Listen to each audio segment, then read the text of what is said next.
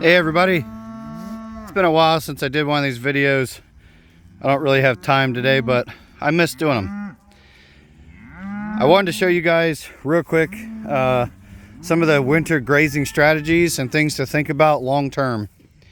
So this is, as you can see, a paddock we did not bush hog over the summer.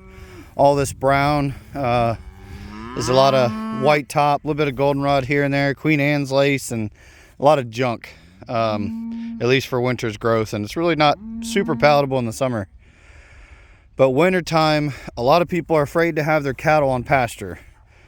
Even the landowner where we're at. She would rather us have one field that we hit really hard all winter, aka a sacrifice field. I'm not a big fan of that, and I'll tell you why. Last winter, we fed round bales and we did not roll out all of them. This is one space. So if you notice, relative to immediately next to it, there's hardly any junk in here.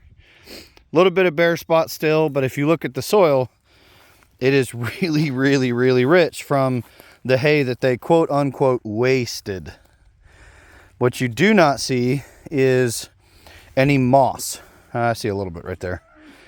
So in a humid environment, the soil, if it becomes bare, wants to protect itself. If there's constant moisture, it forms moss, a protective layer to reduce erosion.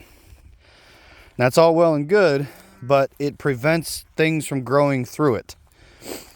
So wintertime is a wonderful way, as that soil softens a little bit, or all the way, to have your animal impact, those hooves, shred up the moss.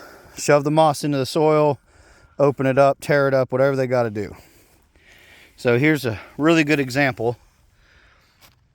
So this whole space used to be moss. Now this spot here can actually grow a plant. And I just put them back on this piece. This will get worked over a little bit better. And as a grazer, you do have a whole bunch of opportunity to concentrate your impact. This is a really big field. We do not live here. We live 30 minutes away. If we lived 5 minutes away, I'd be moving these cows twice a day on a lot of these junky pastures. Some of the pastures are amazing, and I want to baby them a little bit. But like right here, you can see quite a bit of bare ground. I am good with that. We have seed. We'll be frost seeding this piece. The cows are going to be back on this in 3 months, right as green up is probably going to be happening in our area. Today is December 28th, I think, maybe 27th. And so yeah, you're partially blind in that one eye. That horn is really, really close to her ear or her eyeball. She's an older cow. Anyway, sorry, squirrel. Like I said, we have several different tools, strategies to increase our impact in certain areas. Next to this barbed wire, we have a lot of lime grass. It's these right in front of her face, that brown clump right there that I weed whacked in the growing season. And it's indicative of low available calcium in the soil and generally a low pH. We also have, being that black thing way in the distance, is the water. We have very little impact, very little reason for the cows to come all the way out here to this far corner. So, you probably already guessed it, I put the minerals right here. I put it like I did this thing we bought years ago. It got water in it and froze real hard and cracked the one side. So I'm trying to keep it somewhat limited to their access of it. But if you look down, there is a whole bunch of moss in this corner because the water never changes locations on this farm. I have convinced the landowner, because I have so much time and money, I'm going to dig up this line and put in a hydrant probably right here at the big bisector. These are very large fields for the amount of cattle we have. But ironically, because we can't graze them tighter efficiently as far as time goes, it's almost like we have too many cows.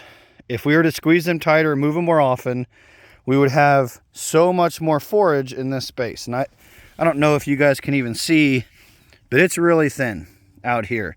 Short little grasses, not really big healthy ones. And the ones that are thriving are ones we don't want. That is mown or wheat, string trimmed broom sedge, aka lime grass. We need to add some calcium to the soil. There is quite a bit of calcium in those minerals. 90-10, 90% of what these cows will eat goes back on the ground. I'm not saying it's going to be enough to right all of the lime grass or get rid of it. But if I can increase the amount of impact we have on this far corner, then it will open up the soil, and the seed I'm going to be spreading in the spring will have such a higher chance of success. And even if I didn't seed any new species or additional species, there is seed underneath this stuff. It's trying. See the little baby clover? I think it might not even be clover. But there's seed under here. That moss is just stopping it.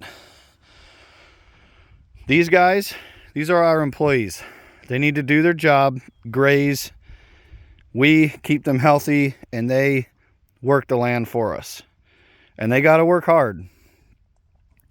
We got some of these animals you're looking at, they're getting older. This one right here, second one in. Gosh, I think she's 15 or 16. She might even be 18. X year, so we're on N right now. Whatever X is, so X, Y, Z, A, B, C, D, all the way up to N. Anyway. But we do have some young up-and-comers to start replacing these older gals. And then we got 6, one of my favorites. This Hereford right here. What are you doing, girl? So you can see we have a mix of very sparse areas, and we have areas that are very thick and starting to oxidize. Neither of those are a good thing. Hopefully these cows can put a good beating on this paddock. And I know a lot of people get nervous. Wintertime, don't expose the soil. Don't graze it too low. The microbiology isn't gonna like it. I want you to tell me, when the spring first comes, how warm the ground is gonna be and how much solar energy production is gonna happen underneath this brown junk. Not a lot. And the faster the soil can warm up, the faster you're gonna get green up. You need to make sure when you do have that initial green up, you have a stockpile of old grass somewhere so that the cows can transition easier. Or you just keep feeding hay even past green up. It'll help keep their digestive systems a little bit more regular. And year over year, you need to make sure the first field or two you are on at green up is different. That way, because the first field or two you graze, it does set it back temporarily because it's not fully recovered, obviously. You could be like some places where they, at that time, create a sacrifice field and just feed straight hay. But you're getting closer and closer to calving or lambing or kidding. So you do want them to have some of that really rich, nice green stuff.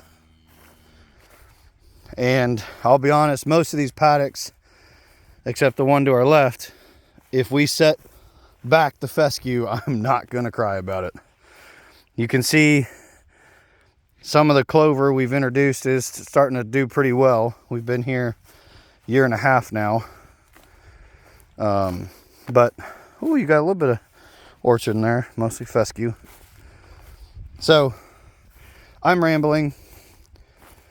I'm going to take a shorter video and also post it, trying to stick to the point. If anyone has any questions, please message the page and we will get back to you as soon as we can. I enjoyed teaching. You guys have a great day.